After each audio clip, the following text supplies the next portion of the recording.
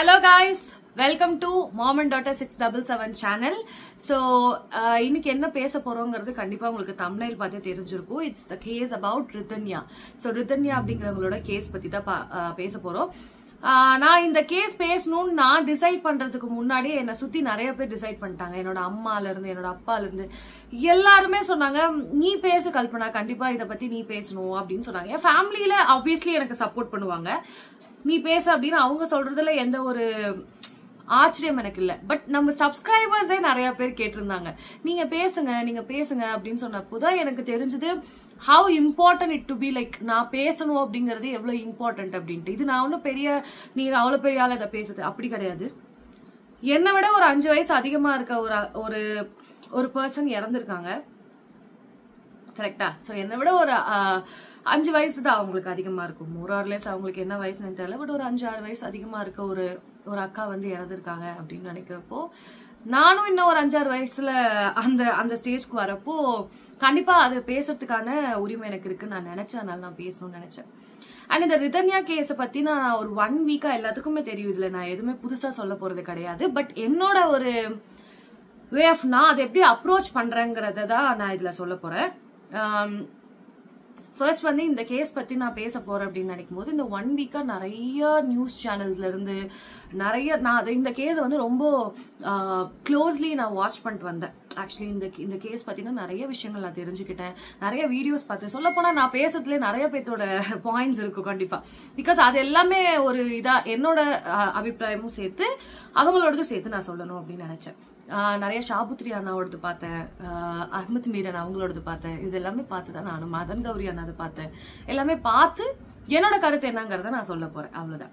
இந்த ரிதன்யா கேஸ் அப்படிங்கிறதுக்கு தெரியாதவங்களுக்கான ஒரு சின்ன ஒரு ஜிஸ்ட் என்ன அப்படின்னா, ஒரு 27 இயர்ஸ், ஆமா 27 இயர்ஸ் இருக்க ஒரு அக்கா பிப்ரவரி மந்த் என்கேஜ்மெண்ட் நடக்குது, ஏப்ரல் 11 அன்னைக்கு மேரேஜ் நடக்குது.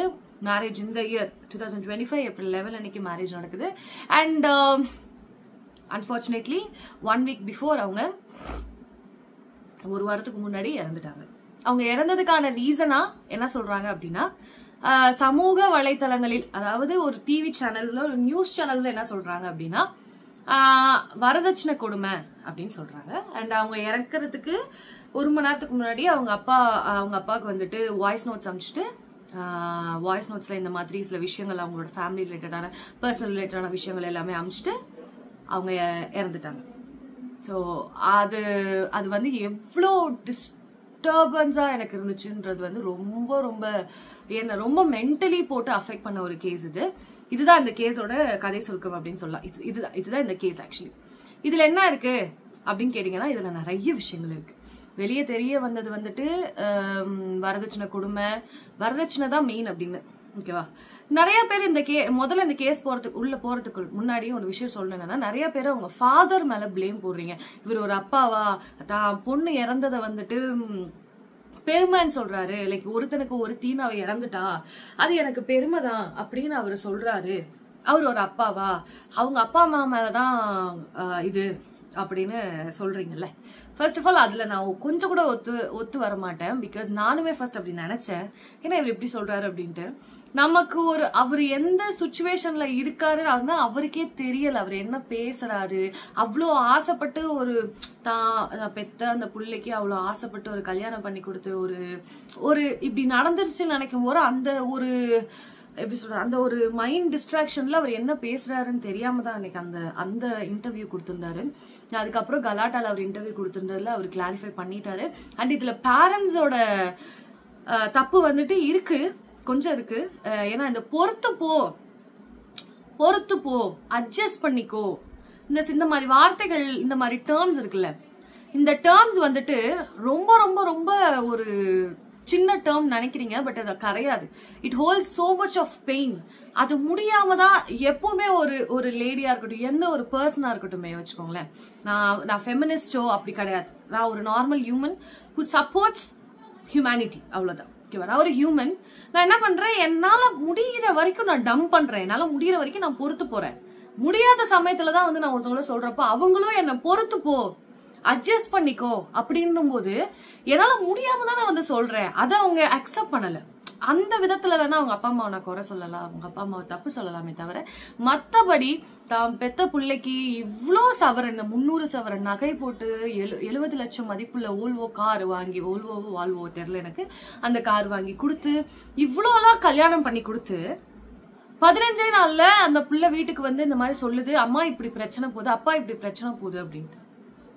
அண்ட் அவங்க இந்த கேஸை வந்து நான் 2 விதமா பாக்குறேன். ஒன்னு வந்து வரதட்சணை கொடுமை, இன்னொன்னு வந்து செக்ஷுவலி அபியூஸ்மெண்ட். சீரியஸ்லி நான் இதை பேசலாமா, நான் பேசுறப்போ ஏதாவது தப்பா வந்துருமான்னு எனக்கு தெரியல, பட் என் மனசுல இருக்க நான் சொல்லணும்னு நினைச்சேன். இந்த கேஸை 2 விதமா தான் அணுகணும். ஒன்னு வரதட்சணை கொடுமை, இன்னொன்னு physically abusement and mentally abusement. நீங்க இந்த வரதட்சணை கொடுமையை கூட ஒரு விதத்துல செகண்டா தான் நான் கொண்டு வருவேன், but first thing physically and mentally abusement. Seriously இப்போ இந்த ஜெனரேஷன்ல நிறைய பேர் இந்த பிசிக்கல் அபியூஸ்மெண்ட்ங்கிறது ரொம்ப ரொம்ப ரொம்ப இருக்கு. அந்த பொண்ணுக்கு அவ்வளோ சொல்ல முடியாத அளவுக்கான விஷயங்கள் அந்த பொண்ணு மனசுல வச்சிருந்து அதை அவங்க இறந்து போறதுக்கு முந்தின நாள் சாயந்தரம் தான் அவங்க அம்மாட்ட, அதாவது சனிக்கிழமை இறந்து போறாங்கன்னா வெள்ளிக்கிழமை நைட்டு நான் அவங்க அம்மாட்ட இதெல்லாம் சொல்லியிருக்காங்க. அந்த கவின்குமார் அப்படிங்கிறவர் தான் அவங்களோட ஹஸ்பண்ட் ஆக்சுவலி. அவரோட கொடுமை தாங்க முடியாம தான் அவங்க இறந்து போயிருக்காங்க. என்ன மாதிரி கொடுமைலாம் அவங்க பட்டிருக்காங்க அப்படின்னு நான் நினைக்கிறப்போ, அவங்க சொல்றப்போ அவ்வளோ விஷயங்கள் அடுக்கடுக்கா இந்த அதை கொஞ்சம் கூட நம்மளால ஏத்துக்க முடியாத விஷயங்கள். லைக் அவங்க சொன்னதுல ஒரு விஷயம், நான் வாஷ்ரூம் போறப்ப கூட என் பின்னாடியே வந்து நின்னுக்கிறாரு, நான் வாஷ்ரூம் போறப்ப கூட என் பின்னாடி நின்னுக்கிறேன், இது ஒரு அரேஞ்ச் மேரேஜ்பா, எனக்கு இதெல்லாம் பிடிக்கல அப்படின்னு நான் சொல்றேன், என்னால முடியல, எனக்கு வேணாம் அப்படின்னு நான் சொல்றேன். But he is completely like என்னை புஷ் பண்றாரு. என்னை வந்து என்னால இதை எப்படி சொல்லணும்னு தெரியல, பட் ரொம்ப ரொம்ப ரொம்ப ரொம்ப ரொம்ப எதிர்பார்க்கவே முடியாத விஷயங்கள் இதெல்லாமே, என்னால ஏத்துக்க முடியாத விஷயங்கள் இதெல்லாமே. அந்த மாதிரி இப்போ எத்தனையோ தடவை நம்ம கவர்மெண்ட்க்கு நிறைய பேர் சொல்லியிருக்காங்க, எனக்கு செக்ஸ் எஜுகேஷன்ங்கிறது very very important in this world. Seriously நான் சொல்ல போனோம்னா வெளிநாடுகள்ல எல்லாம் கூட இந்த செக்ஸ் எஜுகேஷன்ங்கிறது கொஞ்சம் கொஞ்சமா கொண்டு வந்துட்டாங்க. ஆனா இன்னுமே நம்ம இந்தியால அட்லீஸ்ட் ஒரு காலேஜ் லெவல்லையாச்சும் கொண்டு வரணும். நம்ம எஜுகேஷன் அப்படின்ற பர்பஸ்ல சில விஷயங்கள் நம்ம சோசியல் மீடியால பாக்குறது வந்து it's not an education, it's actually fantasy world. கரெக்டான வேர்ட் சொல்லணும் அப்படின்னா, நம்ம எனக்கு நிறைய பேருக்கு எனக்கு எல்லாமே தெரியும் அப்படின்னு சொல்றாங்கல்ல, என்னோட ஏஜ் இருக்கவங்களுக்கும் தெரியும்ல, அது ஆக்சுவலி எஜுகேஷன் கிடையாது. It's a fantasy which is not at all true.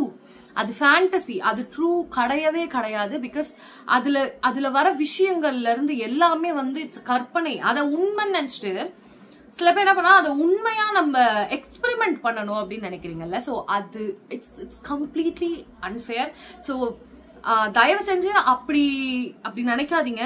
Especially sex education அப்படிங்கிறது என்ன நான் சொல்ல வரேன் அப்படின்னா, how to handle it properly.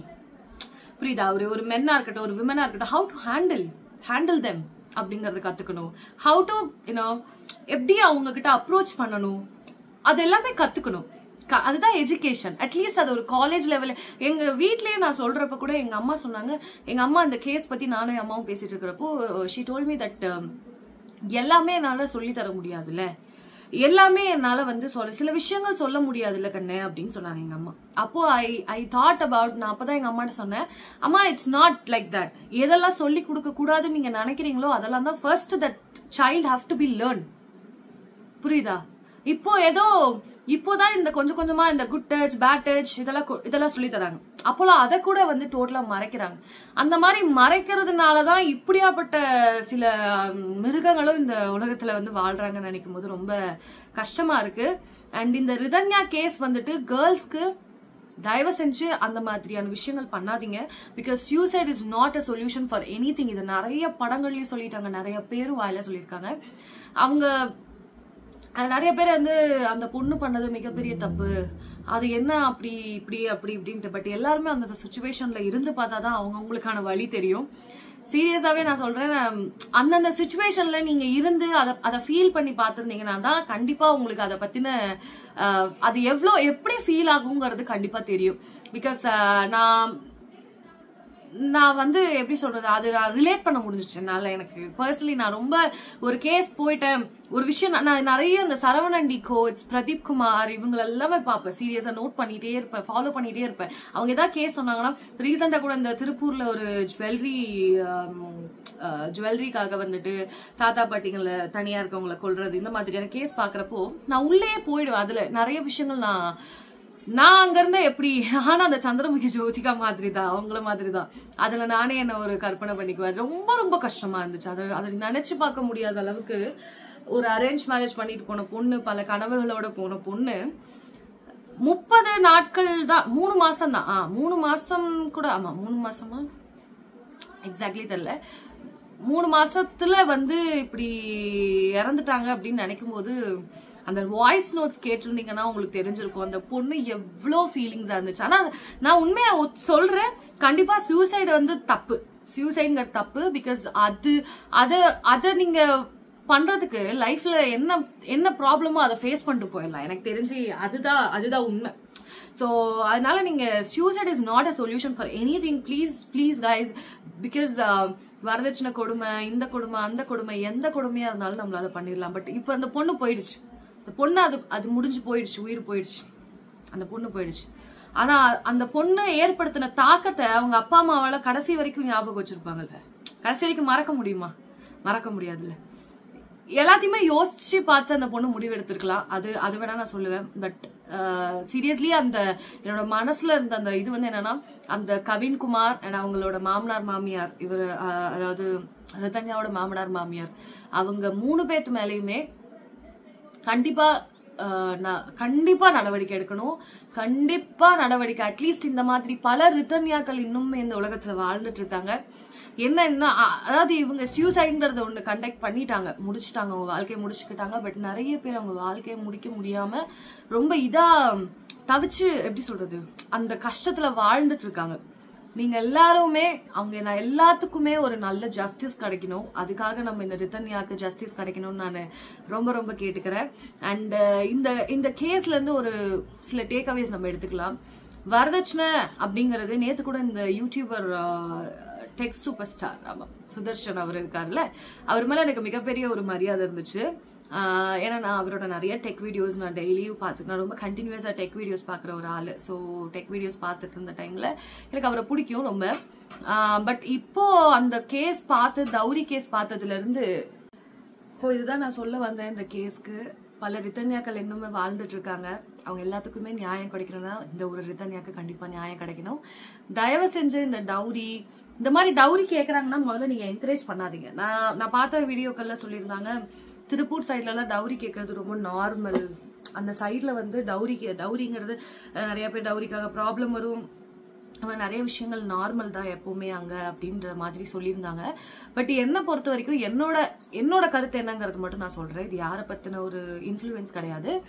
எனக்கு பொறுத்த வரைக்கும் இந்த டவுரி கேட்கறதுங்கிறது மிகப்பெரிய தவறு. முதல்ல டவுரி கொடுக்கறதுங்கிறது தவறு. என்னைக்குமே ஒரு விஷயம் அது செய்யறது தவறு அப்படின்னா செய்ய தூண்டுறது தவறு, அந்த மாதிரி தான். அந்த மாதிரி ரெண்டுமே தவறுன்னு ஒத்துக்கணும். அதனால நீங்க தயவு செஞ்சு டவுரி கொடுத்துதான் ஒரு கல்யாணம் பண்ணணும் அப்படின்னா அப்படியாப்பட்ட அந்த மாதிரி இது என்ன விற்கிறீங்களா? விற்கிற மாதிரி தானே. அதாவது என் காசையை கொடுத்து என் பிள்ளையை கொடுக்குற அப்படின்னா வரப்போற காலங்கள்ல என் பொண்ணு இந்த காசை வச்சு காப்பாத்து, அப்படி கிடையாது. அது ரொம்ப இட்ஸ் டோட்டலி ராங். ஸோ இந்த டெக் சூப்பர் ஸ்டார் சுதர்ஷன் அவங்க மேல கூட ஒரு கேஸ் இப்போ நேற்று வந்துருந்துச்சு. அதெல்லாம் பாக்குறப்போ ஹவு க்ரூவல் ரொம்ப க்ரூவாலிட்டி இருக்கு இந்த உலகத்துல அப்படின்னும் போது ரொம்ப கஷ்டமா இருக்கு எனக்கு. இந்த ரிதன்யாவோட கேஸ் வந்து என்ன ரொம்ப ரொம்ப ரொம்ப மனசு உருக்குன கேஸ். அந்த பொண்ணோட சிரிப்பு, அவங்களோட பேச்சு எல்லாமே என்னை வந்து ரொம்ப உருக்குன மாதிரியான ஒரு விஷயம். இந்த அவங்களோட வீடியோ பார்த்த, அவங்களோட மேரேஜ், அவங்களோட என்கேஜ்மெண்ட்காக அவங்க பண்ண வீடியோ பார்த்த ரீனாஸ் மேக் ஓவர் ஆர்டிஸ்டி அவங்க கிட்ட இருந்து அதில் அந்த சிரிப்பு, அந்த சந்தோஷம், அது எல்லாமே 3 மாசத்துல உடஞ்சிருச்சுன்னு நினைக்கும் போது என்னால ஏத்துக்கவே முடியல. அது ரொம்ப கஷ்டமா இருந்துச்சு. அந்த வாய்ஸ் நோட் கேட்கறப்போ, அந்த பொண்ணோட குரல் கேட்கறப்போ ரொம்ப, அது பொண்ணு ஒரு வார்த்தை சொன்னுச்சு, அவங்க அப்பா அம்மா கூட நான் இன்னொரு கல்யாணம் பண்ணிக்கலாமா அப்படின்னு அவங்க சொல்லியிருந்திருக்கிறாங்க. அந்த பொண்ணு வந்துட்டு இல்லப்பா, எனக்கு உங்க வயிற்றுல பிறந்துட்டு உங்களுக்கு பிறந்துட்டு நான் இப்படியெல்லாம் பண்ணக்கூடாது, அது ரொம்ப அசிங்கம், அது மாதிரி வாழ்க்கை வேணாம்ப்பா அப்படின்னு அந்த பொண்ணு போச்சுன்னு அப்படி சொல்றப்போ ரொம்ப எனக்கு கஷ்டமா இருந்துச்சு அதை பார்க்குறப்போ. அதனால ஜஸ்டிஸ் ஃபார் ரிதன்யா அப்படிங்கிற அந்த ஹேஷ்டேக் கண்டிப்பாக ஃபேமஸ் ஆகணும். நானுமே இந்த யூடியூப் இந்த வீடியோ போகல அது எனக்கு மேட்ரு கிடையாது. பிகாஸ் அது போனாலும் சரி போகலனாலும் சரி எனக்கு என்ன மனசில் தோணுச்சோ அதை நான் சொன்னேன். கண்டிப்பாக இந்த மாதிரி பல ரிதன்யாக்கள், ஏன்னா நம்ம சேனல் பார்க்குற நிறைய பேர் பெண்கள், நிறைய கல்யாணம் ஆன அக்காஸ், அப்புறம் நிறைய பேர் ஆண்டிஸ், அவங்க எல்லாமே பார்க்குறாங்க. அதனால வந்து கண்டிப்பா இதை உங்களோட குழந்தைங்களுக்கும் சரி, இனிமேல் வர குழந்தைங்களுக்கு, இப்போ வர நிறைய மதர்ஸ் வந்து ரொம்ப so sweet because they're educating their kids very much into this, like இந்த மாதிரி எது குட் டச், எது பேட் டச், ஹவு டு இந்த செக்ஸ் எஜுகேஷன், இது எல்லாமே வந்து அவங்க சொல்லித்தராங்க. ரொம்ப சந்தோஷமா இருந்துச்சு. Because I am that kind of person. So எனக்கு அந்த மாதிரி இருந்தால் ரொம்ப பிடிக்கும். கண்டிப்பாக நீங்களும் உங்கள் குழந்தைங்களுக்கு இந்த செக்ஸ் எஜுகேஷன் அப்படிங்கிறத ஒன்று சொல்லுங்கள். கண்டிப்பாக அதுவும் இல்லாமல் especially for boys we should have to teach them. And அது ரொம்ப ரொம்ப முக்கியம். அண்ட் இந்த கேஸ் வந்து என்னை ரொம்ப பர்சனலி இதாச்சு. ஸோ உங்களுக்கு யாருக்கெல்லாம் அந்த மாதிரி பர்சனலி அஃபெக்ட் ஆச்சு அண்ட் உங்களோட கருத்துக்கள் என்ன அப்படிங்கிறத கமெண்ட் பாக்ஸில் கண்டிப்பாக சொல்லுங்கள். மறக்காமல் நம்மளோட சேனலுக்கு சப்ஸ்கிரைப் பண்ணுங்கள், லைக் பண்ணுங்கள். எனக்கு இதை கேட்க இப்போ மனசு வரல. பிகாஸ் ரொம்ப இந்த கேஸ் வந்து ரொம்ப என்ன அஃபெக்ட் பண்ணுச்சு. எனக்கு இப்போதைக்கு இந்த கேஸ்க்கு வந்து ஜஸ்டிஸ் வந்துச்சுன்னா அதுவே என்னோட வீடியோ வந்து ட்ரெண்ட் ஆன மாதிரி தான். ரொம்ப சந்தோஷமாக இருக்கும். ஸோ நன்றி மக்களே, டாடா.